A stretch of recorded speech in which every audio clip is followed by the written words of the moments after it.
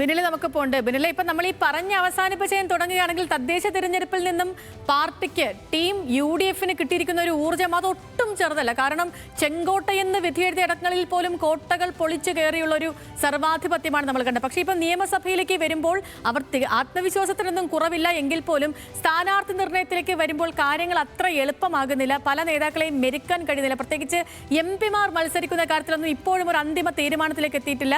ഹൈക്കമാൻഡിന്റെ തീരുമാനത്തിന് വേണ്ടി പ്രഖ്യാപനത്തിന് വേണ്ടി കാത്തിരിക്കുകയാണ്. ഇന്നിപ്പം CPM-ന്റെയും CPI-യുടെയും ഒക്കെ സ്ഥാനാർത്ഥി പ്രഖ്യാപനങ്ങൾ വരുന്നു. ഇന്ന് കോൺഗ്രസിന്റെ ഒരു ആദ്യഘട്ട സ്ഥാനാർത്ഥി പട്ടിക ആയി എന്ന് പ്രതിപക്ഷ നേതാവ് കുറച്ചു മുൻപ് പോലും പറഞ്ഞിരുന്നു. അപ്പൊ ഇന്നൊരു പട്ടിക പ്രഖ്യാപനം പ്രതീക്ഷിക്കാമോ ബിനിലെ? Good afternoon. സേതു, എന്തായാലും ഇന്നുണ്ടാകില്ല, നാളേക്ക് പ്രഖ്യാപനം ഉണ്ടാവുകയുള്ളൂ എന്നാണ് മുതിർന്ന നേതാക്കൾ പറയുന്നത്. 50 പേരുടെ ഒരു പട്ടിക ആയിട്ടുണ്ട്. അത് കോൺഗ്രസിന്റെ പട്ടികയാണ്. അത് നാളെ രാവിലെ തന്നെ അതിന്റെ പ്രഖ്യാപനം ഉണ്ടാകുമെന്നാണ് മനസ്സിലാക്കുന്നത്. ഇപ്പോഴും ചില മണ്ഡലങ്ങളിലൊക്കെ തർക്കം നടക്കുന്നുണ്ട്. അതിൽ ഏറ്റവും പ്രധാനപ്പെട്ട ഒരു മണ്ഡലം ആറന്മുളയാണ്. ആറന്മുളയിൽ അബിൻ വർക്കിയാണ് തീരുമാനിച്ചത്. പക്ഷേ അവിടെ വിജയ് ഇന്ദുചൂടൻ അവകാശവാദം ഉന്നയിക്കുകയും ഡൽഹിയിൽ പോയി നേതാക്കളെ കാണുകയും ചെയ്തു.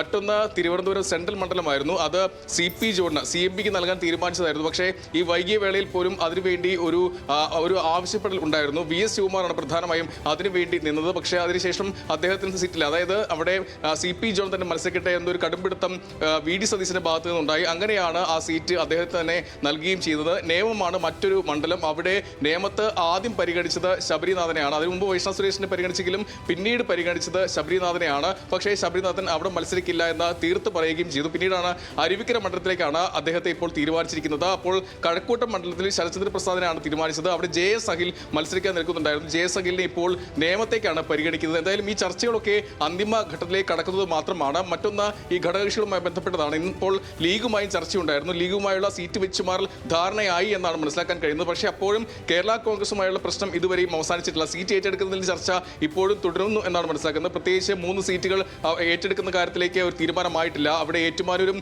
ഇടുക്കി അടക്കമുള്ള കാര്യങ്ങളിൽ ചില ധാരണകൾ അല്ലെങ്കിൽ ചർച്ചകൾ നടക്കുന്നുവെന്നാണ് മനസ്സിലാക്കാൻ കഴിയുന്നത്. എന്തായാലും പുതിയുഗ യാത്ര അവസാനിക്കുന്നതോടെ ഒരു അന്തിമ പട്ടിക ഉണ്ടാകും. അത് ആദ്യം പറയും.